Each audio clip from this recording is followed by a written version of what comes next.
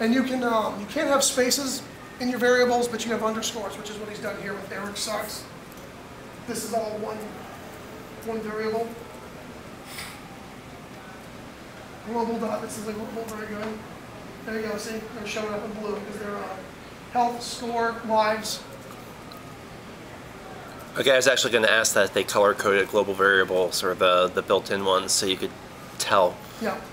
But that's pretty much inherent to a lot of other game engines as well. You know, Torque does the same thing. If you're coding in C and Torque, it'll also color code things. Plus, you can also make your own color code for those too, which is neat. But not in Game Maker, so I'm not going into details. So is this? I've just played around with Game Maker a little bit. I'm an uber novice coder, but is this basically? I thought this was like Game Maker's own language, but is it C# or C++? This is GML. It's GML. It's its own proprietary language. Okay.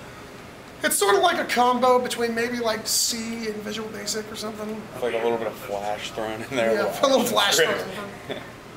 And just a dash of JavaScript. The biggest thing, the biggest difference is that you really don't have to worry about like a lot of syntax stuff. Like in like C++, I think it would be like equals equals true, and then you'd also, like for this, you'd have to throw like a semicolon at the end of it. Right. And Game Maker's really cool about a lot of that stuff because it assumes that you don't know it.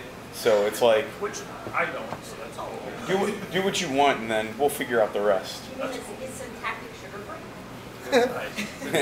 So, well, sort of, because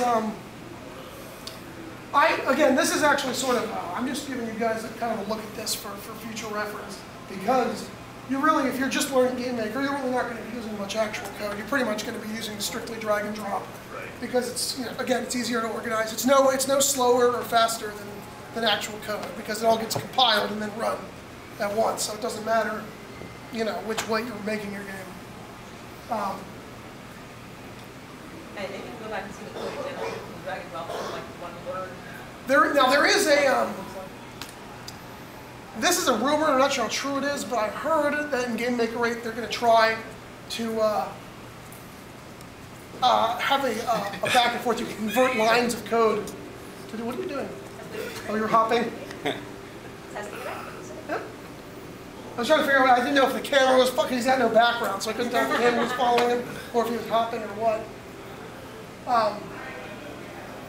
So okay, let's start with the basics. You want to make a game and you want to have a character. Oh, it's Mega Man 3.